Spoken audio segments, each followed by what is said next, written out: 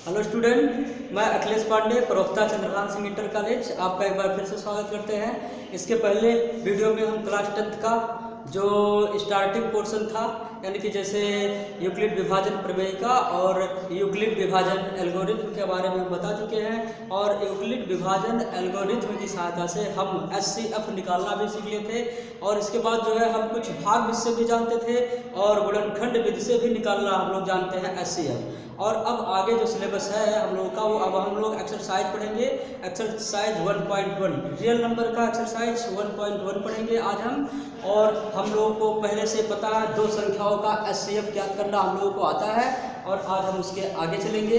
तो जैसे question number यहाँ पर तो हम 2 लिखे हुए हैं, लेकिन इसके पहले हम क्वेश्चन नंबर 1 के बारे में पढ़ चुके हैं। जैसे दो संख्याओं का HCF निकालना हम लोग जान चुके हैं। और यहाँ क्वेश्चन नंबर 1 में किन्हीं कोई दो संख्याएं दी गई हैं और उनका HCF हमें निकालना है। वो आप लोग निकाल लेंगे, उसमें कुछ बताने लायक नहीं है, वो सब आप कर लेंगे। उसके बाद हम पढ़ेंगे क्वेश्चन नंबर 2 की तरफ, जो लिखा हुआ है, दिखाइए कि कोई धनात्मक विषम धन पूर्णांक 6q+1 या 6q+3 या 6q+5 के रूप का होता है।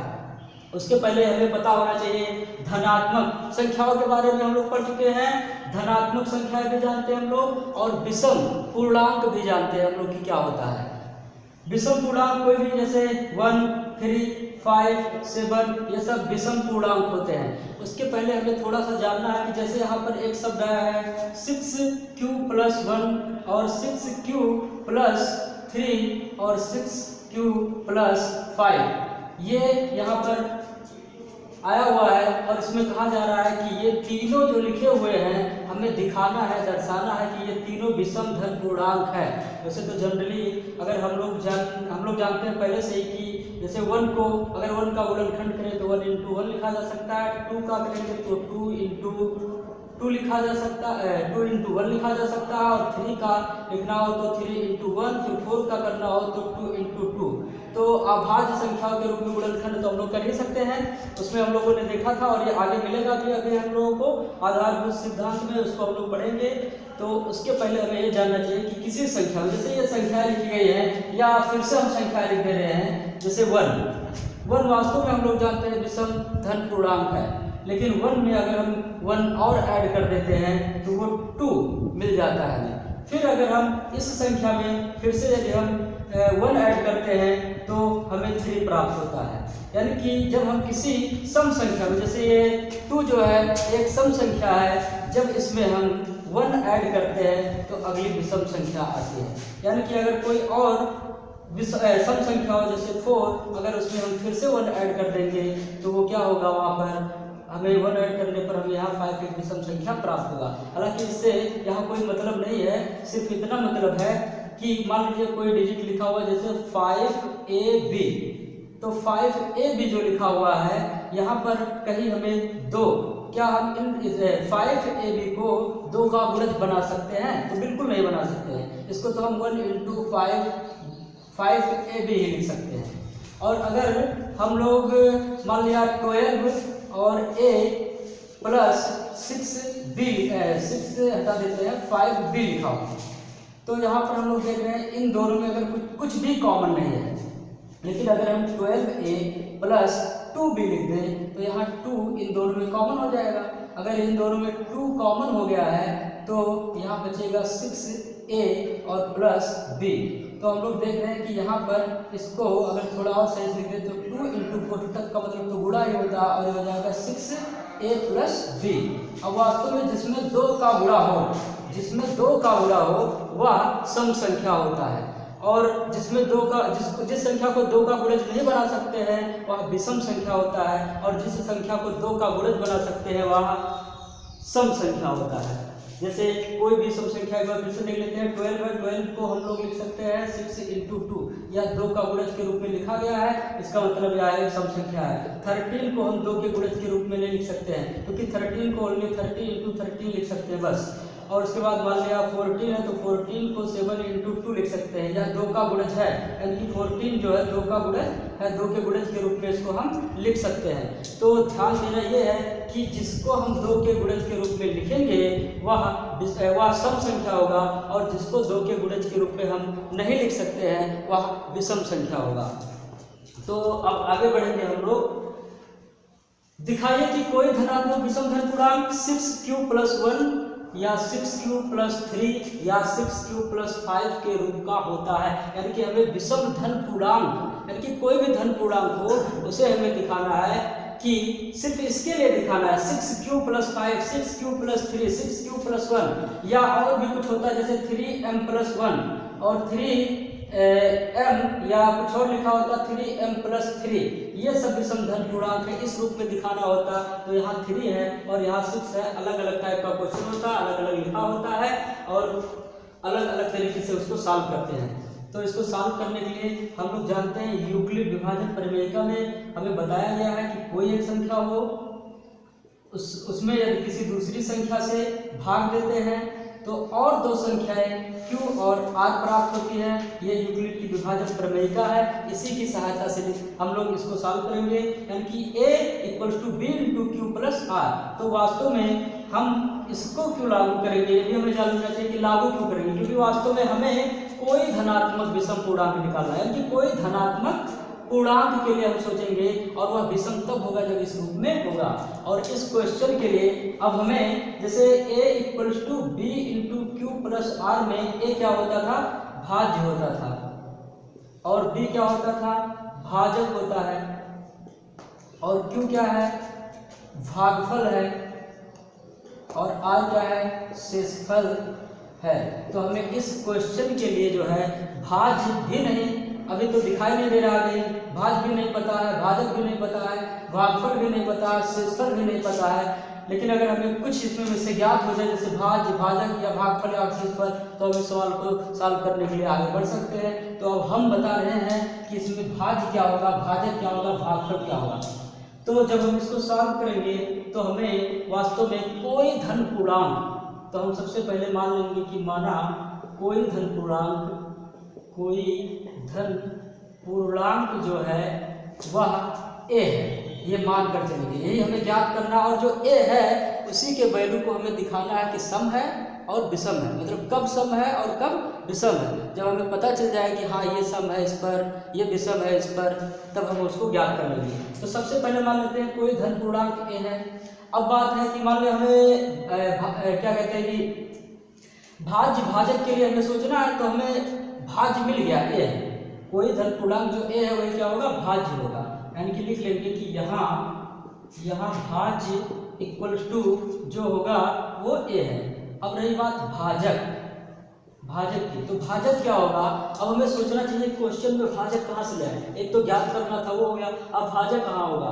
तो हम लोग जानते हैं a = b × q + r होता था। तो वास्तव में जो हमें ज्ञात करना है वहाँ पे 6q + 1 को दिखाना है, यानी कि 6q + 1 ऐसे लग रहा है जैसे bq + r के रूप में लिखा हुआ है। 6q + 3 भी है तो bq + r के रूप में दिखाई दे रहा है। फिर 6q और +5 या भी हमें ये b के रूप में लग रहा है, और ये q है और ये r के रूप में लग रहा है। तो वास्तव में यहाँ 6q + 1 और वहाँ bq + r एक जैसा ही है ये। यानी कि हमें यहाँ से मिलेगा जब कोई संख्या होगा, मान लिया जैसे यहाँ 3q + 1 लिखा होता तो यहाँ भाज्य क्या हो जाता, भाज्य a ही रहता, भाजक क्या रहता 6, और भागफल क्या रहता q, और शेषफल क्या रहता 1। शेषफल यहाँ चेंज होगा, अभी बताते हैं कैसे चेंज होगा। तो भाज्य = a हो गया और भाजक = जो हो जाएगा वो भाजक, यहाँ इस सवाल में भाजक क्या है 6 है, तो भाजक 6 है। अब हम शेषफल की बात कर रहे हैं, तो शेषफल यहाँ संभव शेषफल क्या क्या हो सकता है, देखिए यहाँ संभव शेषफल, अब यहाँ संभव शेषफल क्या होगा, ध्यान से सुनिए कि भाजक मान लिया जैसे कभी 5 से भाग दे रहे हैं 13 में, मान लिया 5 से 13 में भाग दे रहे हैं, तो 5 × 10 और ये कैंसिल होगा तो आ जाएगा 3। अब भाग दे हम, तो वास्तव में ये भाजक है इसमें भाग देंगे और भागफल यहाँ शेषफल ये है। खुद सोचिए कि 3 जो है शेषफल है यहाँ पे, और शेषफल कभी भी भाजक से अधिक नहीं हो सकता। शेषफल कभी भी भाजक से अधिक नहीं हो सकता, हमेशा वह भाजक से कम ही होगा। हम लोग यूक्लिड की विभाजन प्रमेयिका में a = b × q + r में देखे थे कि r इज ग्रेटर देन 0 या इक्वल देन 0, यानी कि r का वैल्यू जो है 0 से बड़ा होगा और या क्या होगा 0 के बराबर भी हो सकता है, क्योंकि वास्तव में अगर यहाँ 10 ही होता तो 5 × 10 शेषफल 0 हो गया। अब यहाँ 13 है या 12 है, कुछ भी लिखा हो, तो यहाँ शेषफल क्या आ जाएगा 2। अब ये बराबर हो सकता है, लेकिन हम लोग देख रहे हैं जिससे भाग दे रहे हैं उससे अधिक शेषफल कभी भी नहीं होगा। तो भाजक जो है वो 6 है। अब भाजक से अधिक तो शेषफल हो ही नहीं सकता, तो यहाँ संभव शेषफल क्या क्या होगा, या तो 0 होगा, या तो 1 होगा, या तो 2 होगा, या तो 3 होगा, या तो 4 होगा, या तो 5 होगा। 6 हो ही नहीं सकता। 6 होगा तो एक बार भाग और चला जाएगा, क्योंकि वास्तव में भाजक से अधिक कभी भी शेषफल नहीं हो सकता है। तो यहाँ पर 0, 1, 2, 3, 4, 5 इतने संभव शेषफल हैं, यानी कि यही शेषफल संभव है। अब हमें क्या करना है, यूक्लिड की विभाजन प्रमेयिका से, यूक्लिड की विभाजन प्रमेयिका से, अब यूक्लिड की विभाजन प्रमेयिका क्या होता है, भाज्य इक्वल्स टू भाजक गुणे भागफल और प्लस शेषफल, ये होता है यूक्लिड की विभाजन प्रमेयिका। अब यहाँ भाज्य है क्या, भाज्य ए है, यही वो संख्या है जो हमें दिखाना है विषम है, कौन विषम है और कौन सम है। तो a = भाज्य क्या है 6 है, और भागफल क्या है, भागफल इसमें क्यों ही रहेगा, क्योंकि वहाँ पे क्यों लिखा हुआ तो यहाँ पर भी क्यों ही रहेगा, ये भागफल नहीं बदलेगा। यहाँ पे भागफल नहीं लिख सकते हैं हम लोग कि भागफल = यहाँ पर क्या है क्यों है। अगर यहाँ m होता, जैसे मान लिया 3m + 1 होता या 2 होता, कुछ भी होता, तो शेषफल तो हम लोग खुद सोचेंगे इससे ज़्यादा ना हो, तो इसके लिए शेषफल क्या होगा, 3m + 2 के लिए जो शेषफल होगा वो क्या हो सकता है, 0 हो सकता है, 1 हो सकता है और 2 हो सकता है। 2 तक संभव है क्योंकि यहाँ 3 लिखा है। ये क्या होता है और ये क्या, ये शेषफल होता है और ये भाजक होता है। तो शेषफल जो है भाजक से अधिक कभी भी नहीं हो सकता, बराबर होगा तो 0 आ जाएगा। तो यहाँ पर 0 और 1 हो सकता है, और 2 से करेंगे तो एक बार शेषफल और बचेगा तो 2 भी हो सकता है, यानी कि इसके लिए 0, 1 और 2 भी संभव है। हालांकि 2 से कैंसिल हो जाएगा तो 0 1 ही बचेगा। अगले सवाल में ये है, इसको हम लोग सॉल्व कर लेंगे। हमें सिर्फ इतना समझना है कि इसके लिए जो भाजक और शेषफल है, तो भाजक इसमें 6 है और शेषफल जो है यहाँ 1 लिखा हुआ है, तो शेषफल भूल जाइए, r है समझ लीजिए। तो यहाँ r का वैल्यू क्या क्या होगा, सिर्फ और सिर्फ 0 होगा, 1 होगा, 2 होगा, 3 होगा, 4 होगा, 5 होगा। इतने संभव शेषफल है। 6 नहीं हो सकता, अगर यहाँ 6 लिखा होता 6 का 1 होकर कैंसिल हो जाता, या मल्टीप्लाई मतलब उसका गुणज बन जाता, गुणज बनता तो चेंज हो जाता वैल्यू, और वो संभव ही नहीं होता। तो यहाँ पर भाज्य ए है और भाजक है 6, भागफल है q और शेषफल यहाँ पे हम लोग लिखेंगे r, और r के संभव वैल्यू हमें पता है 0, 1, 2, 3, 4, 5। तो यहाँ कौन सा लिखे, एक लाइन में तो संभव नहीं है। इसका मतलब सवाल आगे जब सॉल्व करेंगे तो हम इसका उपयोग करेंगे, यानी कि शेषफल का वैल्यू इसमें रखेंगे और रिजल्ट वैल्यू मिलेगा। जो रिजल्ट वैल्यू आएगा वो ये होगा या ये होगा या ये होगा, अपने आप सॉल्व हो जाएगा। और इसको मान लेते हैं क्वेश्चन नंबर 1, यानी कि जब कोई धन पूर्णांक ज्ञात करना है तो उसको a मान लिए, भाज्य को a मान लिए, क्योंकि जो धन पूर्णांक ज्ञात करना वही भाज्य होगा, सबसे बड़ी संख्या वही होगा यहाँ पर इस सवाल में। फिर भाजक क्या होगा, उसमें जो दिया हुआ है कुछ इंटू q या m के रूप में दिया हो, वहाँ से भाजक आ जाता है। और भागफल क्या होता है, जो गुणज होता है वो गुणज में भागफल हो गया। उसके बाद यहाँ संभव शेषफल क्या होगा, यहाँ भाजक जो है 6 है और भाजक 6 है तो शेषफल क्या होगा, 6 से कम होगा। 6 से कम क्या, 0 होगा, 1 होगा, 2, 3, 4, 5 होगा, माइनस कभी होगा ही नहीं। यूक्लिड की विभाजन प्रमेयिका में हम सबको पहले से पता है कि कभी भी निगेटिव नहीं हो सकता है उसका वैल्यू। तो ये हो गया a = 6q और प्लस r। अब यहाँ से हम आगे बढ़ेंगे तो बारी बारी से हम वैल्यू रखेंगे, यानी कि समीकरण 1 है तो लिख लेते हैं, समीकरण 1 में जब समीकरण 1 में हम r का वैल्यू, ये सभी r के वैल्यू हैं, यहाँ पे r भी लिख दे रहे हैं, r इक्वल टू इतना 0 1 2 3 4 5। अब एक साथ तो रख नहीं सकते, इसका मतलब बारी बारी से रखेंगे। तो समीकरण 1 में जब क्या r का वैल्यू 0 रखेंगे, r इक्वल टू 0, तो a का वैल्यू क्या होगा, तो a equal to 6 into q, अब बुढ़े बीच में लिखे या ना लिखे कोई फर्क नहीं पड़ता, और प्लस r का वैल्यू क्या है 0, और इक्वल टू ये हो गया 6q। अब ये 6q हो गया तो इसको हम लिख सकते हैं 2 इंटू 3q, और वास्तव में 2 और इंटू कुछ तो 2 का गुणज बन गया। इसका मतलब ये क्या है, सम संख्या है, सम संख्या। इसका मतलब जो ये धनात्मक पूर्णांक a हम लिए हैं वह सम संख्या कब, जब इसका वैल्यू 3q आया है। अब 3q आया तो ये सम संख्या है, इसका मतलब ये विषम संख्या आएगा तो इस रूप में आएगा, या तो इस रूप में आएगा, या तो इस रूप में आएगा, और अभी कुछ नहीं आया। इसका मतलब r इक्वल टू 0 पर एक सम संख्या है, या धन पूर्णांक r इक्वल टू 0 पर एक सम संख्या है। फिर r इक्वल टू अगर हम 1 रखेंगे तो क्या होगा, तो a इक्वल टू 6q और r का वैल्यू रखेंगे, यहाँ से इसी में रख रहे value a equal to 6 into q और प्लस r का वैल्यू की बार क्या होगा 1। क्या इसमें 2 कॉमन है, लेकिन इसमें 2 कॉमन नहीं है, यानी कि इन दोनों में कुछ कॉमन नहीं है। इसका मतलब ये सम संख्या है, सम संख्या और प्लस 1, सम संख्या प्लस 1 मतलब विषम संख्या, विषम संख्या मतलब किसी सम संख्या में जब हम 1 ऐड करते हैं तो वह विषम संख्या आता है। तो वास्तव में ये विषम संख्या आ गया, यानी कि 6q प्लस 1 क्या हो गया, ये विषम संख्या हो गया। अब विषम संख्या आ गया, और अगला लिखेंगे r इक्वल टू 2 रखेंगे, r इक्वल टू 2 से स्टार्ट करेंगे, r इक्वल टू 2। अब फिर से रखेंगे r इक्वल टू 2, ऊपर से सॉल्व करते हैं यहाँ पे। तो समीकरण में जब r इक्वल टू 2 रखेंगे तो a equal to 6q, a equal to 6q और प्लस 2 रखेंगे तो 2 हो जाएगा। अब यहाँ इन दोनों में 2 कॉमन हो गया, 2 कॉमन कर ले, यहाँ पे बचेगा 3q और प्लस 1। अब 2 गुणे कुछ बराबर क्या, सम संख्या, सम संख्या। इसका मतलब ये भी वो विषम संख्या हो ही नहीं सकता। तो देखो 6q प्लस 1 आया, एक मिल चुका है, अगली बार r इक्वल टू 2 पर नहीं मिला विषम संख्या। अब आगे बढ़ेंगे r इक्वल टू 3, तो क्या होगा, r इक्वल टू 3 रखेंगे जब इसमें समीकरण 1 में, तो क्या होगा a इक्वल टू 6q और प्लस यहाँ हो जाएगा 3।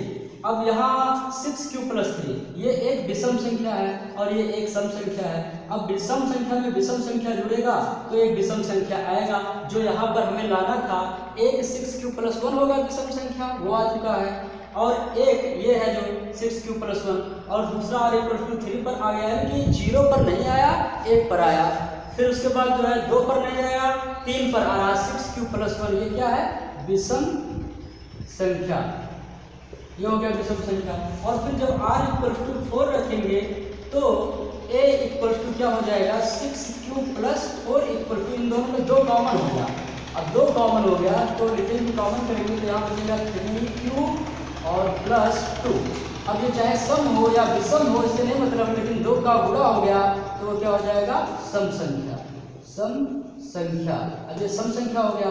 अब अगली बार रखेंगे r इक्वल टू 5, जो लास्ट है, यानी कि कुल संभव शेषफल कितना था, 0 1 2 3 4 5, और हम लोग 4 तक रख चुके हैं और एक बचा हुआ है सिर्फ और सिर्फ 5। तो जब हम r का वैल्यू 5 रखेंगे तो a इक्वल टू होगा 6q और प्लस 5। अब 6q प्लस 5, फिर विषम संख्या जुड़ रहा है। अगर विषम संख्या जुड़ रहा है किसी में, किसी सम संख्या में विषम संख्या जुड़ गया है तो वह निश्चित रूप से विषम संख्या होगा। तो ये भी हो गया विषम संख्या। अब ये विषम संख्या हो गया। अब हम r का सभी वैल्यू रख चुके हैं, और जब हम r का वैल्यू 0 रखे हैं तो वहाँ पर सम संख्या है, जब r का वैल्यू 1 रखे हैं तो विषम संख्या है, जब r का वैल्यू हम 3 रखे हैं तो विषम संख्या है, जब 4 रखे हैं तो सम संख्या, और 5 रखे हैं तो विषम संख्या आया है। तो वास्तव में कोई भी धन पूर्णांक जो है वह विषम धन पूर्णांक जो है, कोई भी धन पूर्णांक है अगर वह विषम है, सिर्फ इस सवाल के लिए जो विषम है वह किस रूप में होगा, 6q+1, जो 6q+1 आया था। उसके बाद और अगला क्या है, एक सम आया, तो दूसरा क्या है, विषम, 6q+3, और फिर अगला क्या है, 6q+5। तो लिख सकते हैं हम, अगर सही से सॉल्व करना, नोट करना है, नोट कर लेना इसको अच्छे से, वीडियो पॉज करके शुरू से पहले नोट कर लेना, उसके बाद फिर आगे नोट कर लेना। तो फिर हम लोग लिखेंगे कि उपरोक्त से, उपरोक्त जो प्रक्रिया की है यहाँ से समीकरण 1 में जब r = 0, 1, 2, 3, 4, 5, तो उपरोक्त प्रक्रिया से स्पष्ट है कि कोई भी, अब इसी भाषा में लिख सकते हैं हम लोग, कोई भी धनात्मक विषम धन पूर्णांक,